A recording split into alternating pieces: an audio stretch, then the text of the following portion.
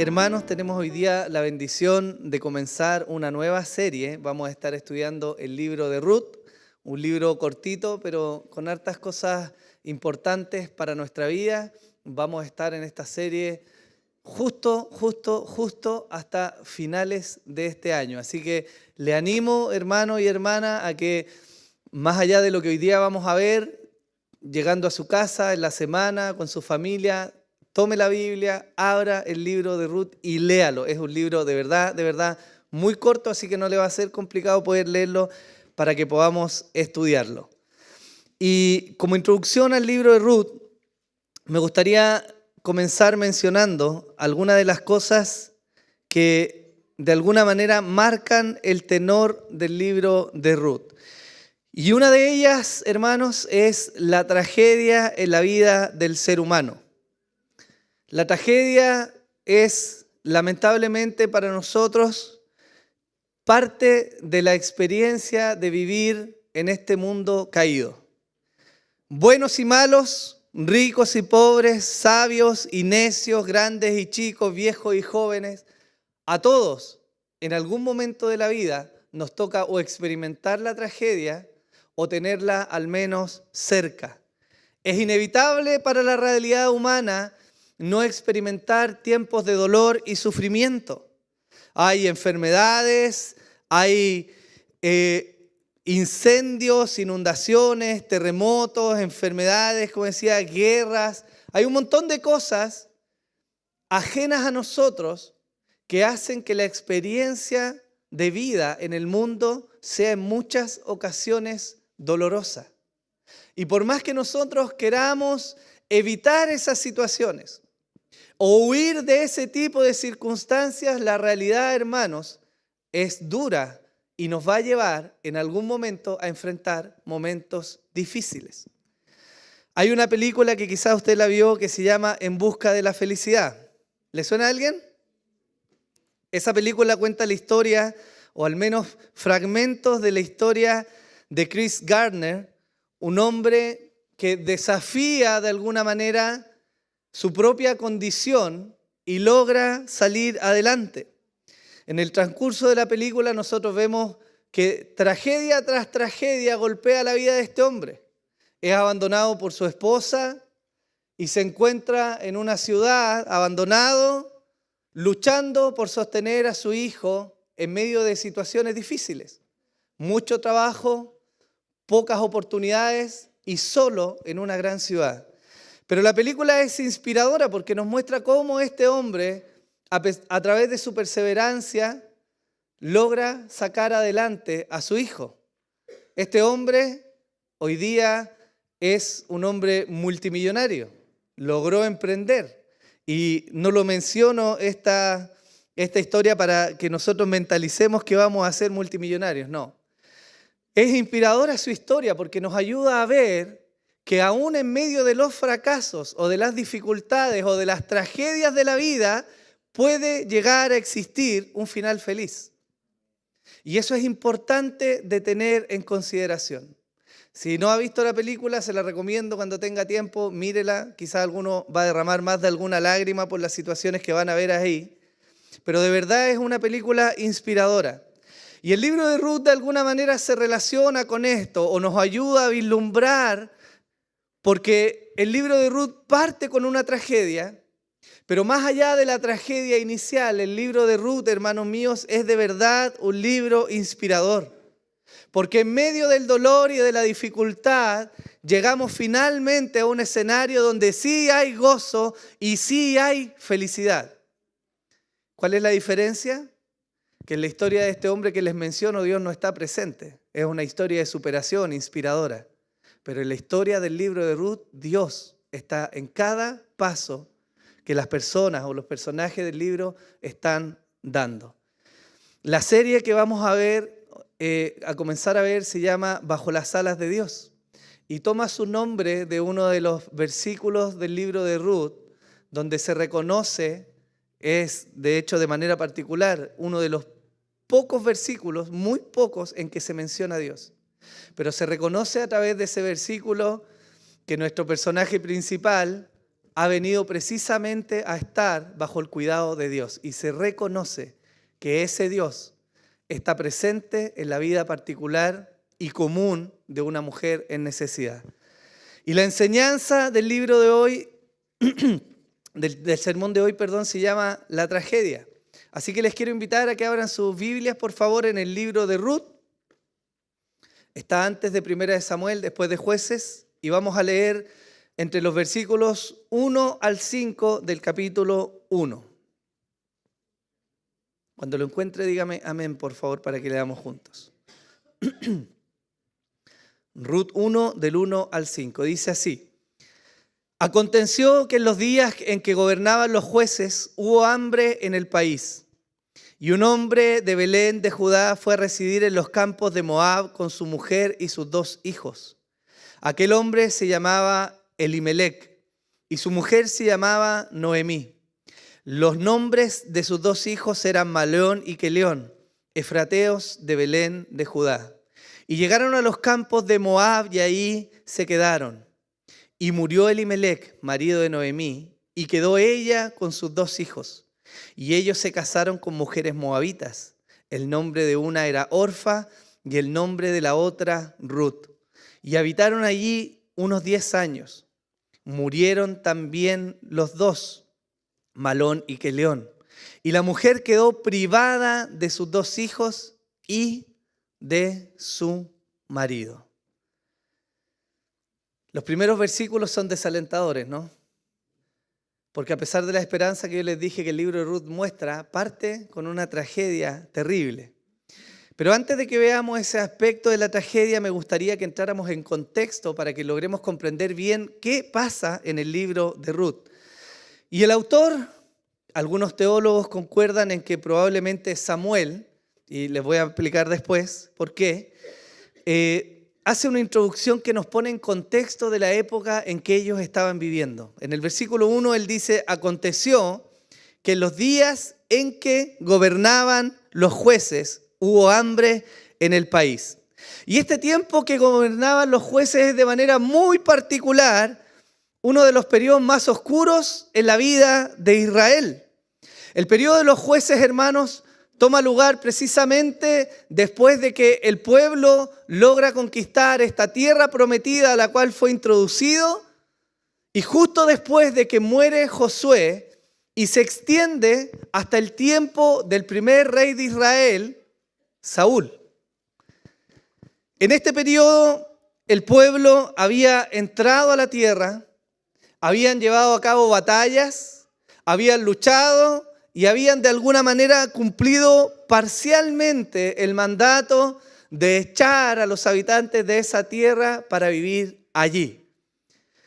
De la mano de Josué, discípulo de Moisés, lograron tremendas proezas. Si usted lee el libro de Josué, se va a dar cuenta muchas de las cosas maravillosas que Dios hizo para acompañar a su pueblo en esta conquista.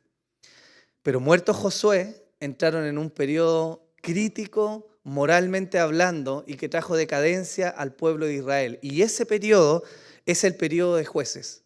Josué capítulo 24, versículos 14 y 15 nos dice así. Ahora pues, temed al Señor y servidle con integridad y con fidelidad. Quitad los dioses que vuestros padres sirvieron al otro lado del río y en Egipto, y servid al Señor. Y si no os parece bien servir al Señor, escoged hoy a quién habéis de servir, si a los dioses que sirvieron vuestros padres, que estaban al otro lado del río, o a los dioses de los amorreos en cuya tierra habitáis. Pero yo y mi casa serviremos al Señor.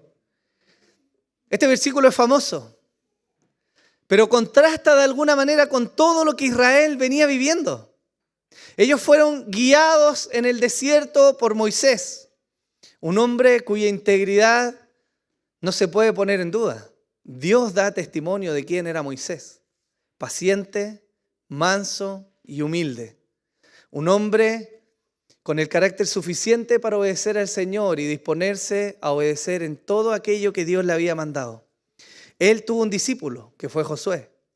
Este Josué tomó la posta después de que Moisés murió al otro lado del Jordán y se encargó de atravesar el Jordán con este pueblo, este remanente de Israel, y llevó a cabo un liderazgo más bien político y militar, mucho más que espiritual, para que el pueblo cumpliera el propósito de conquistar la tierra prometida.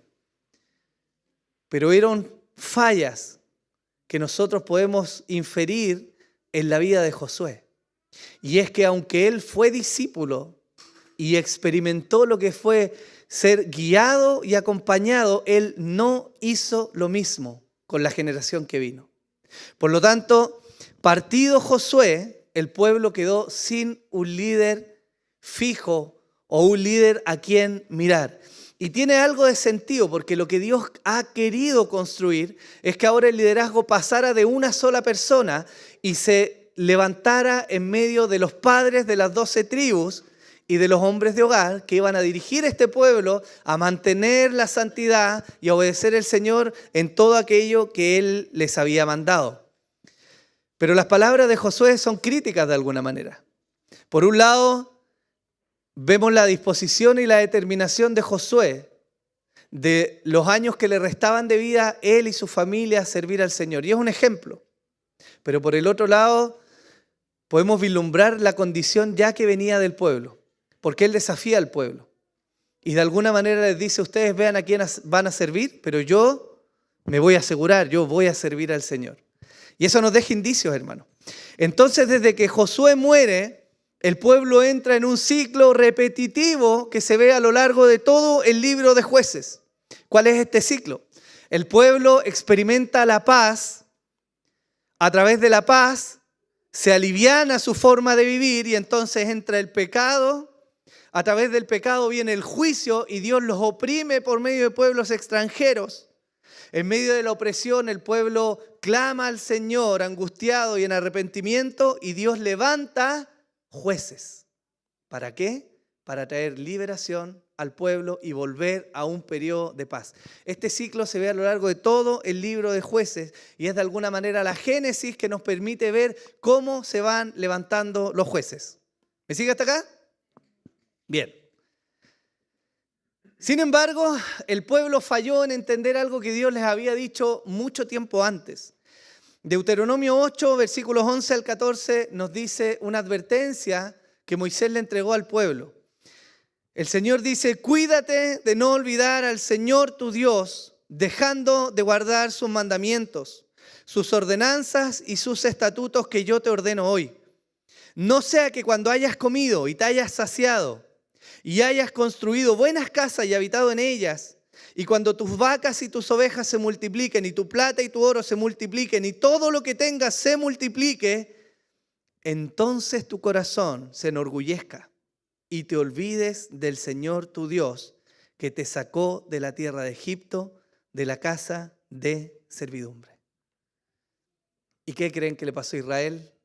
Entrando en la tierra prometida y habitando en buenos lugares donde Dios los había metido. ¿Qué le pasó a Israel? Se olvidó del Señor. Los tiempos de paz, hermanos, son maravillosos tiempos para cultivar la vida, pero hay un peligro asociado a los tiempos de paz y es el relajo espiritual. El relajo espiritual sí o sí, hermanos, va a llevar a que vivamos una vida de pecado y eso va a tener malas consecuencias. Dios se los había dicho, se le había advertido al pueblo de Israel y ellos no quisieron obedecer. El mismo libro de Jueces nos da una declaración tremenda, recién empezado el libro, de la condición espiritual del pueblo. En Jueces 2, versículos 11 al 19 dice así: entonces los hijos de Israel hicieron lo malo ante los ojos del Señor y sirvieron a los Baales y adoraron al Señor y abandonaron, al Señor, al Dios de sus padres que los había sacado de la tierra de Egipto, y siguieron otros dioses de entre los dioses de los pueblos que estaban a su derredor. Se postraron ante ellos y provocaron la ira del Señor. Y dejaron al Señor y sirvieron a Baal y a Astarot. Y se encendió la ira del Señor contra Israel y los entregó en manos de los salteadores que los saquearon. Y los vendió en manos de sus enemigos de alrededor y ya no pudieron hacer frente a sus enemigos. Por donde quiera que iban, la mano del Señor estaba contra ellos para mal, tal como el Señor había dicho y como el Señor les había jurado, y se angustiaron en gran manera. Entonces el Señor levantó jueces que los libraron de la mano de los que los saqueaban.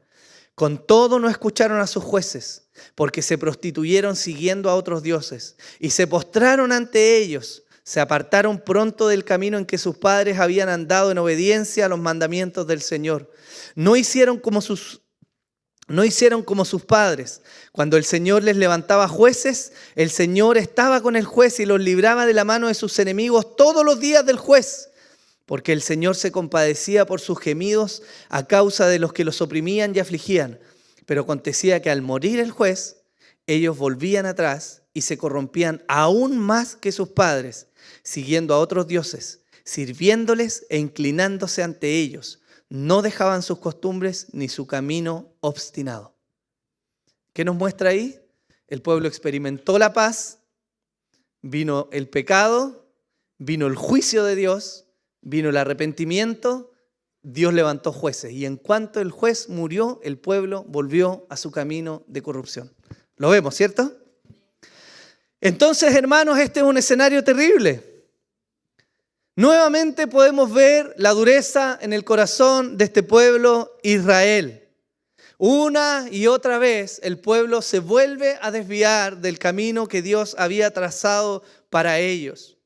Y es notorio en el libro de Jueces que aunque Dios le da poder a estos jueces para librar al pueblo, las acciones que ellos mismos cometen vienen a ser aberración para el Señor.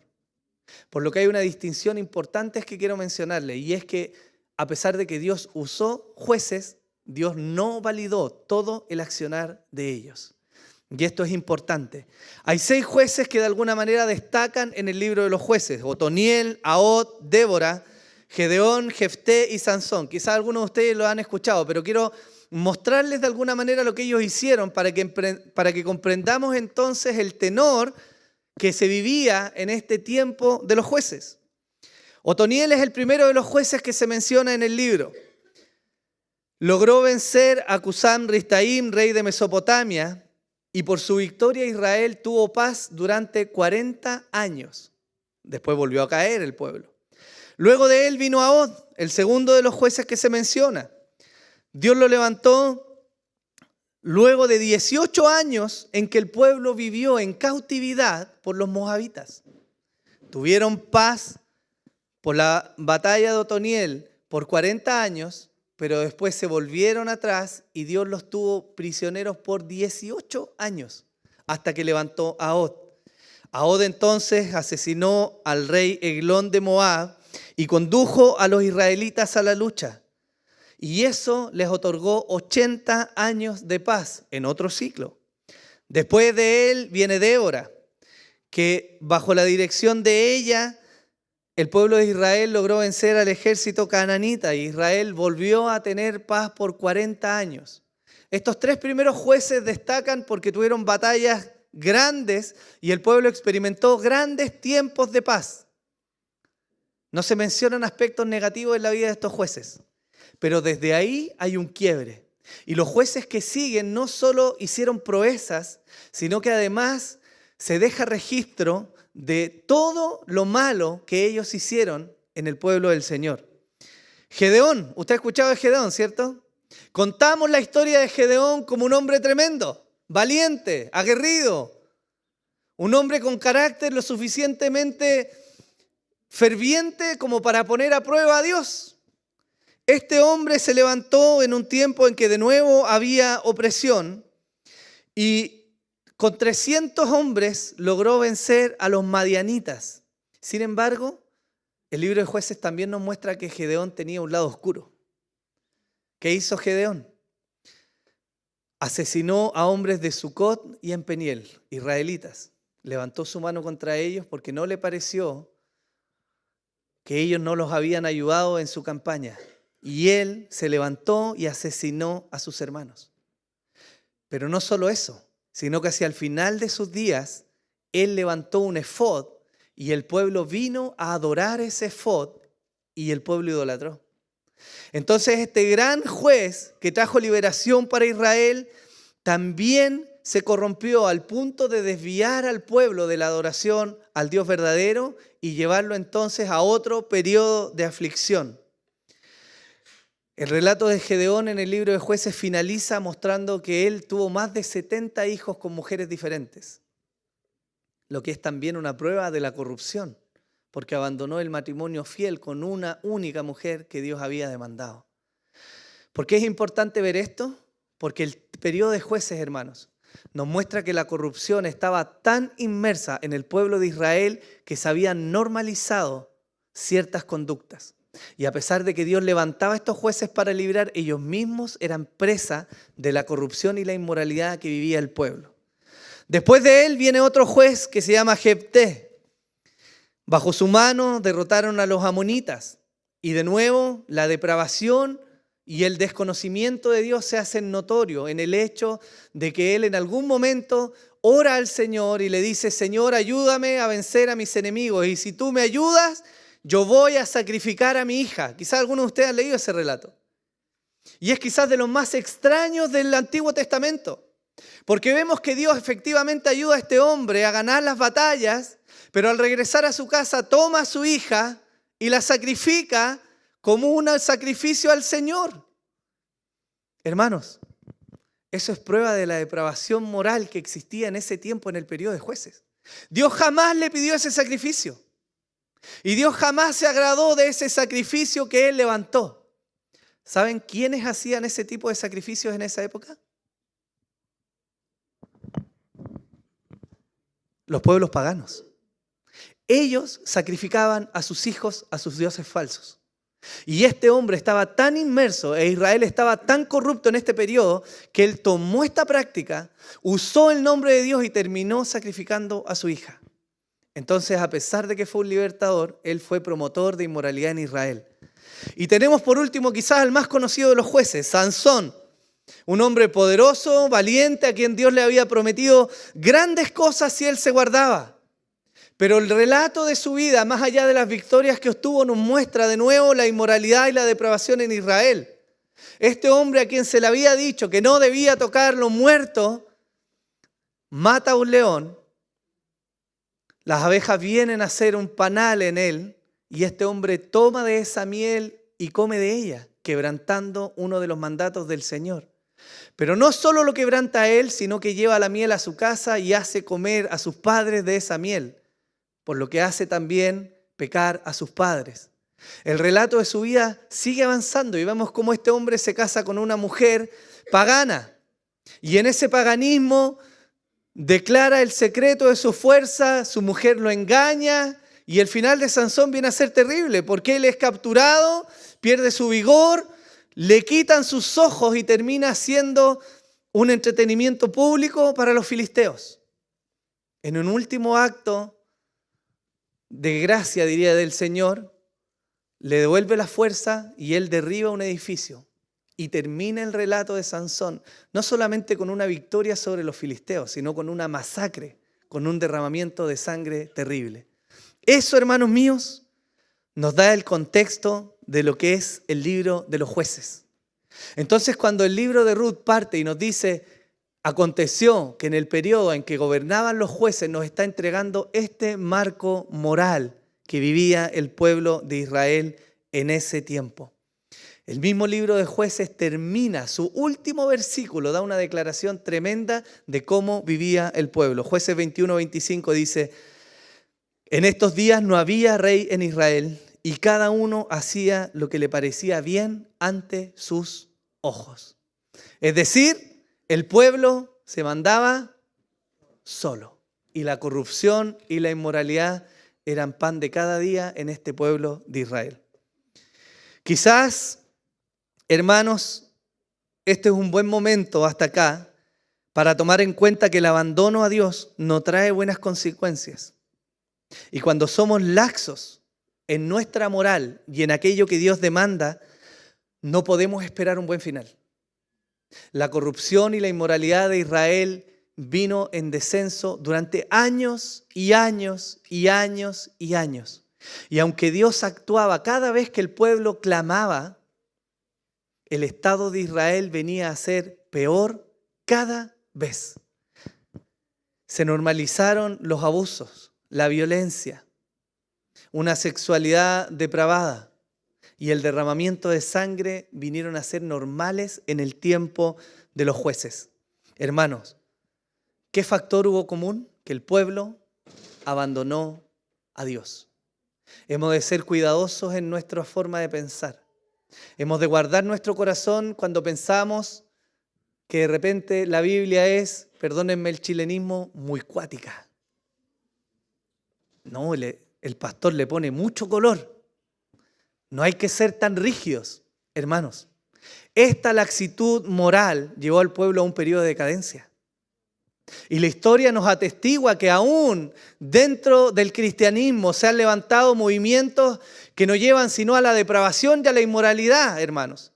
Y vemos hoy día en muchos lugares se ha normalizado la fornicación, el abandono de la pareja dentro del matrimonio y la inmoralidad sexual aún dentro de la iglesia por una laxitud. Hermanos, nadie va de un día a otro cometer pecados tan graves como los que vemos acá, pero la laxitud moral con el tiempo termina tergiversando lo que nosotros entendemos por normal y nos desvía del camino del Señor. Eso nos muestra el libro de Jueces. Dicho eso, comprendiendo lo que era este periodo, comienza recién el libro de Ruth. Aconteció que en los días que gobernaban los jueces hubo hambre en el país. Aquí viene una pregunta interesante. ¿Hay acaso alguna relación entre la inmoralidad de Israel y la hambruna en el mismo pueblo? ¿Qué cree usted? El Señor había prometido, de nuevo en Deuteronomio, antes de que este pueblo entrara a la tierra prometida, Deuteronomio 28, desde el 15 en adelante, dice: pero sucederá que si no obedeces al Señor tu Dios, guardando todos sus mandamientos y estatutos que te ordeno hoy, vendrán sobre ti todas estas maldiciones y te alcanzarán. Maldito serás en la ciudad y maldito serás, ¿dónde? En el campo. Maldita serán tu canasta y tu arteza. Maldito el fruto de tu vientre y el producto del suelo. El aumento de tu ganado y las crías de tu rebaño. Maldito serás cuando entres y maldito serás cuando salgas. Enviará el Señor sobre ti maldición, confusión y censura en todo lo que emprendas, hasta que seas destruido y hasta que perezcas rápidamente a causa de la maldad de tus hechos. ¿Por qué? Porque me has abandonado. Hermanos, ¿Dios es mentiroso? ¿Acaso Dios no va a cumplir las amenazas que Él mismo emitió desde sus labios? Evidentemente no, ¿cierto? Y lo que vemos en Israel en este periodo de los jueces y lo que nos pone en contexto del libro de Ruth es precisamente la consecuencia de un pueblo que abandonó a Dios, abrazó una vida inmoral y Dios trajo consecuencias sobre la tierra. Porque la falta de pan, hermanos, vino a ser la muestra del juicio de Dios sobre Israel. Él había determinado bendecir y prosperar a este pueblo cuando ellos permanecieran fieles. Pero en cuanto este pueblo idolatraba y se iba de Dios, Dios maldecía la tierra y les privaba el pan. ¿Lo vemos? Y aquí, hermanos míos, es donde se conectan las historias. Porque todo este trasfondo de jueces nos lleva a la decisión de un hombre de familia, Elimelec, quien ve todo lo que está pasando en Israel, quien creció en medio de un pueblo inmoral, quien normalizó de alguna manera el abandono a Dios. Y él toma una decisión. ¿Cuál es esa decisión? Abandonar la tierra prometida e irse a una tierra pagana. Es un poco irónico que Belén significa casa del pan. Y el relato de Ruth parte diciéndonos que en Belén, es decir, en la casa del pan, no había pan. Israel dependía, hermanos, en su geografía, dependía de las lluvias que Dios traía sobre el pueblo. Por eso la lluvia siempre era una bendición y era una muestra del favor de Dios. Pero Elimelec no estaba considerando a Dios. El relato de Ruth parte mostrándonos los hechos de un hombre y omite a propósito la espiritualidad de Elimelec. No porque no tenga algo que decirnos la Biblia, sino precisamente por lo contrario, porque la falta de la muestra de su espiritualidad nos habla realmente de lo que él creía en su corazón. Deuteronomio 7, del 1 al 5 dice así: cuando el Señor tu Dios te haya introducido en la tierra donde vas a entrar para poseerla y haya echado delante de ti a muchas naciones, los hititas, los gergeseos, los amorreos, los cananeos, los fereceos, los heveos y los jebuseos, 7 naciones más grandes y más poderosas que tú. Y cuando el Señor tu Dios los haya entregado delante de ti y los hayas derrotado, los destruirás por completo. Israel no los destruyó por completo. No harás alianza con ellos, ni te apiadarás de ellos, y no contraerás matrimonio con ellos. No darás tus hijas a sus hijos, ni tomarás sus hijas para tus hijos, porque ellos apartarán a tus hijos de seguirme para servir a otros dioses. Entonces la ira del Señor se encenderá contra ti y Él pronto te destruirá. Mas así haréis con ellos: derribaréis sus altares, destruiréis sus pilares sagrados y cortaréis sus imágenes de acera y quemaréis a fuego sus imágenes talladas. Elimelec, hermanos, no era más que un hombre común para su tiempo. Estaba permeado por la cultura que le rodeaba, y esta cultura tenía como premisa el haber olvidado a Dios. Aquí, hermanos, es donde la normalidad empieza a tener las consecuencias. Dios había maldecido la tierra por causa de la infidelidad del pueblo. Y Elimelec, hermanos, hizo lo que seguramente muchos de nosotros pensaríamos hacer. Si él vio la falta de pan en aquella tierra y él tenía una familia que sustentar, ¿qué es lo lógico pensar? Buscar el sustento de la familia, ¿no? ¿Sí o no? Ustedes me dicen, no, yo no haría eso. No lo sé, Rick. Pero el relato nos muestra algo importante, o más bien omite algo importante, porque no nos muestra a Elimelec orando por la dirección de Dios. No nos muestra que él haya convocado ayuno. No nos dice que él ofreció sacrificio a Dios. No nos dice que él se humilló en polvo y ceniza rogando la provisión de Dios. No nos dice en ninguna parte del relato que Elimelec, antes de tomar la decisión de partir en algo que es loable, buscar el alimento de nuestra familia, él no consideró a Dios. Y hermanos, que no lo diga en los primeros versículos, grita fuertemente lo que habitaba en su corazón. Dios no estaba presente en su corazón. Él no estaba considerando a Dios.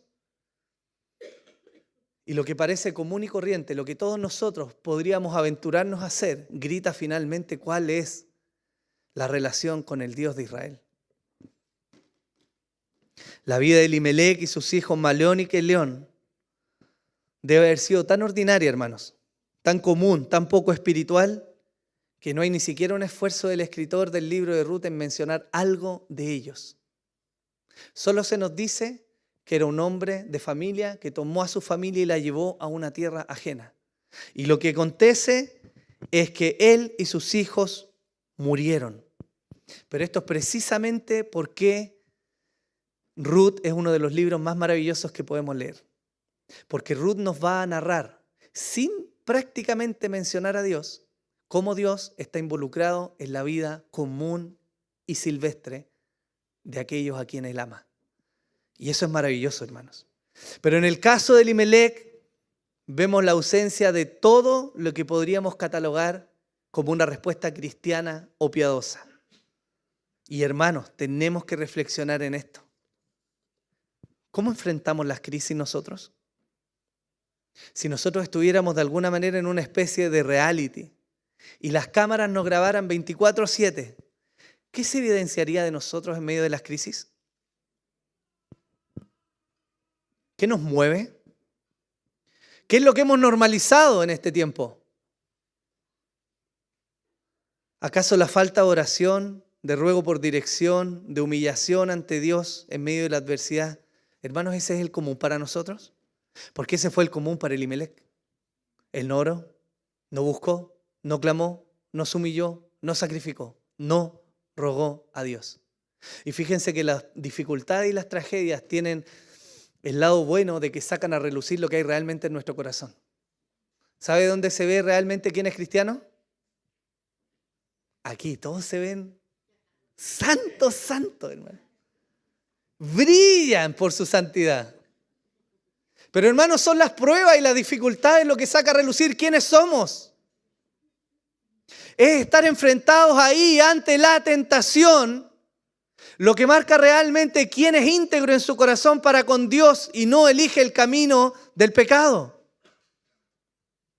Es estar en dificultad con hermanos, lo que saca a relucir cuánto Dios gobierna nuestros corazones y nos lleva a la humillación antes que a levantar la guerra. Es la prueba, hermanos, lo que va a mostrar realmente si consideramos a Dios en nuestras vidas o no. Por lo tanto, todos estamos bien hasta que la tragedia golpea la puerta de nuestra vida. Y es necesario considerar a la luz de lo que nos introduce el libro de Ruth, cómo Dios está involucrado en nuestra vida, o más bien, cómo nosotros estamos considerando a Dios en nuestras vidas. Hermanos míos, no podemos engañarnos. Nosotros mismos hemos de ser sorprendidos en algún momento de nuestra vida, o en más de uno, por alguna tragedia. Es impensable que eso no nos ocurra. Y lo más terrible de eso, hermanos, no es que la gente vaya a ver la forma en que reaccionamos, sino que Dios está mirando qué hacemos. ¿No enfrentamos crisis con nuestros hijos a veces o no?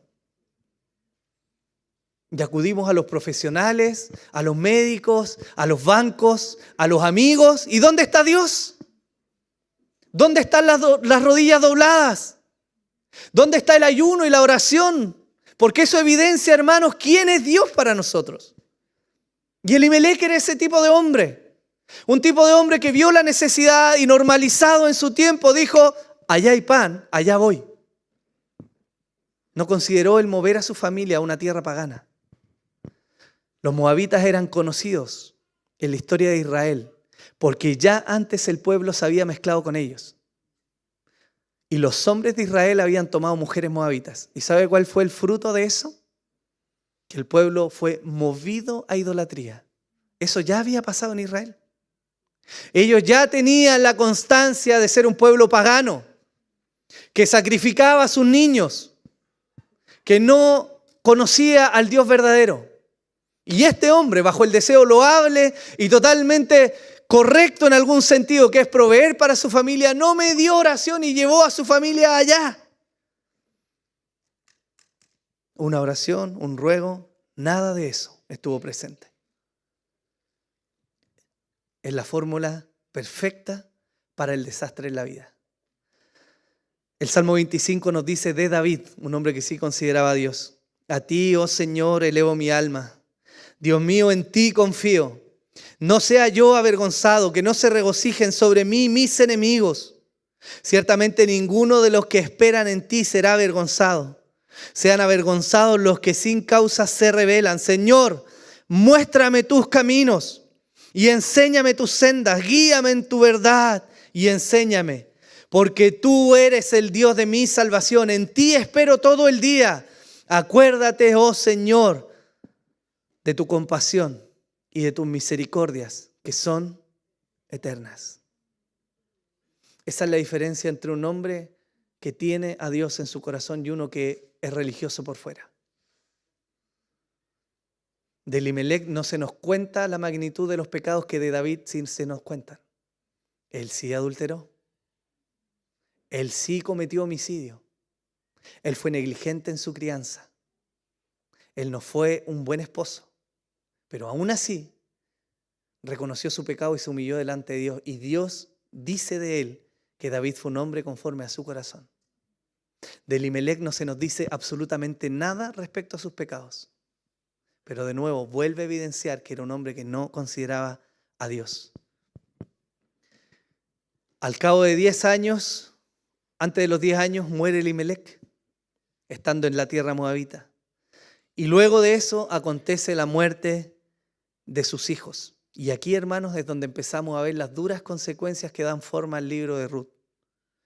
La primera tragedia de Noemí viene por la muerte de su esposo, Elimelec. Hermanos, yo les pregunto, ¿no es dura la vida por sí misma? Como para además sumar la responsabilidad del cuidado de los hijos en solitario. Yo tengo recuerdos, hermanos. Haciendo esto personal, tengo recuerdos de ver a mi mamá con lágrimas en sus ojos, con frustración, al tener que dirigir su casa con hijos pequeños, sola, sin poder trabajar. Y quizás a algunos de ustedes les tocó experimentar a través de sus padres lo que es el abandono y el sufrimiento que eso provoca. Es una carga difícil.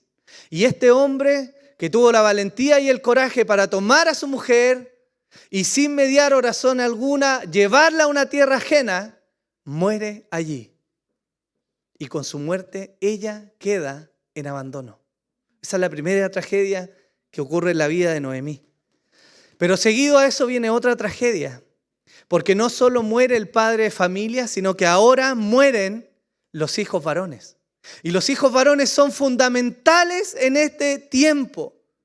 Porque quienes trabajaban y tenían de alguna manera un rol social importante eran los varones.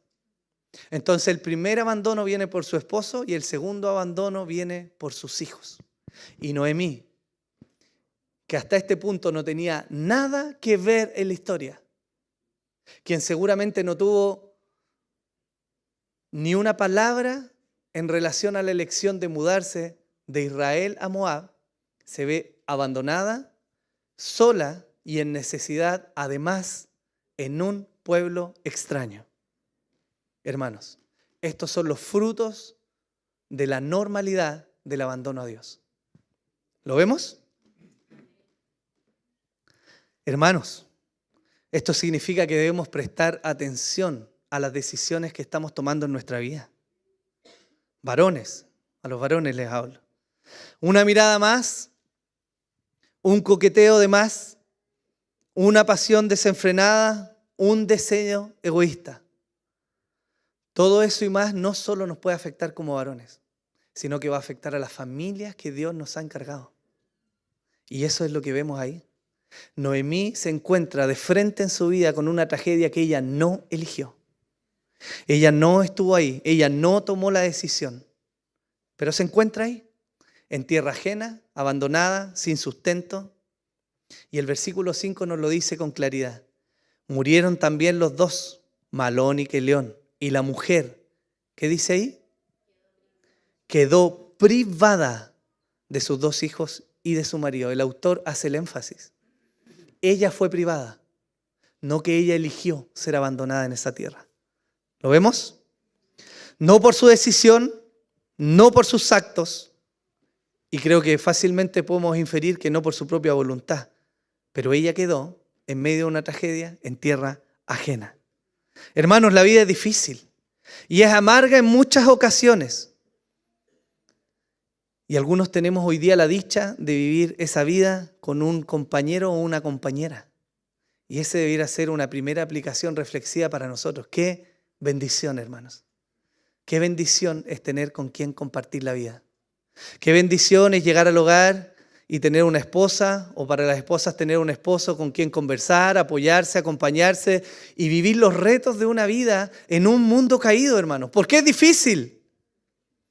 Y si no, tenga el coraje de preguntarle a aquellos que han tenido que criar solos, ya sean varones o mujeres, lo difícil que es la vida solo. ¿O no? Hay un relato, que no sé si es real o ficticio, que nos pone en el siguiente escenario.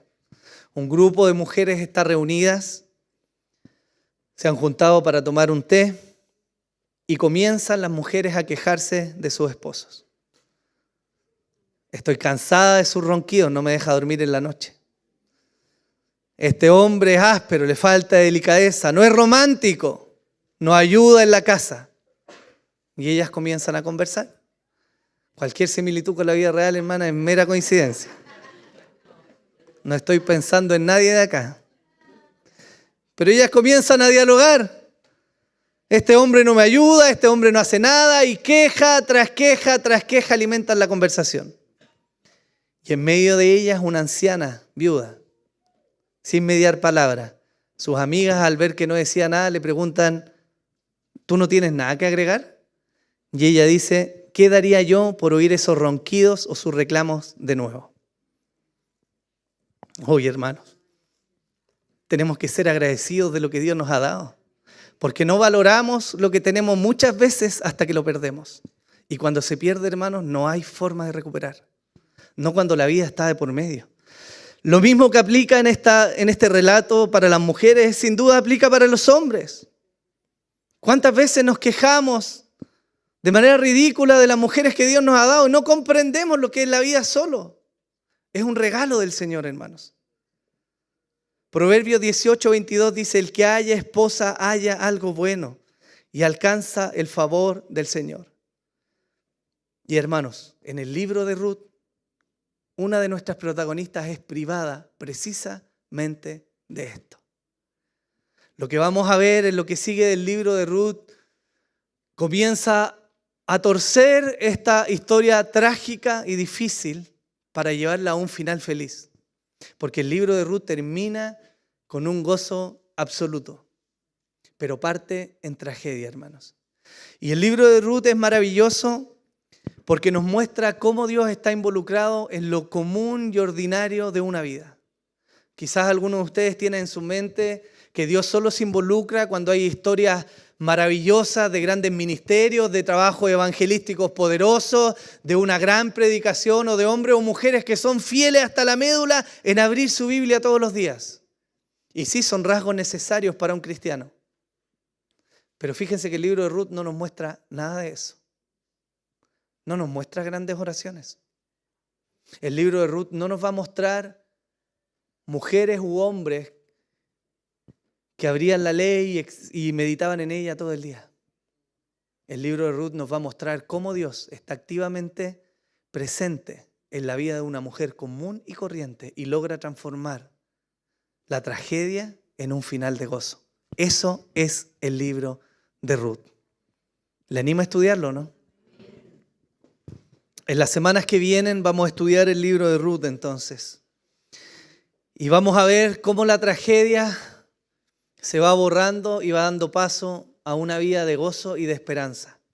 Y aunque Dios no es mencionado grandemente en el libro de Ruth, sí podemos ver cómo Él entreteje toda la historia por detrás y guía los pasos de dos mujeres desafortunadas que no eligieron la tragedia en sus vidas y la lleva a experimentar un gozo en la provisión y en el sustento del Señor. Así que me gustaría invitarlos a orar, hermanos, y a que podamos sobre todas las cosas, ahora que vamos a celebrar la Santa Cena, meditar en la gran gracia del Señor sobre nuestras vidas. Hermanos, somos afortunados. Lo creo, ¿no? Amén. Somos afortunados de cómo el Señor ha extendido su gracia sobre nuestras vidas. Y es necesario que nuestros corazones reconozcan esa gracia y sean capaces de decir, Señor, gracias por tu misericordia, porque en eso nos sustentamos. Y también es necesario, hermanos, que examinemos profundamente qué conduce nuestras vidas. No vaya a ser que estemos normalizando la vida pagana dentro de nuestro hogar, donde a veces invocamos a Dios y vayamos a terminar como Elimelech. Oremos.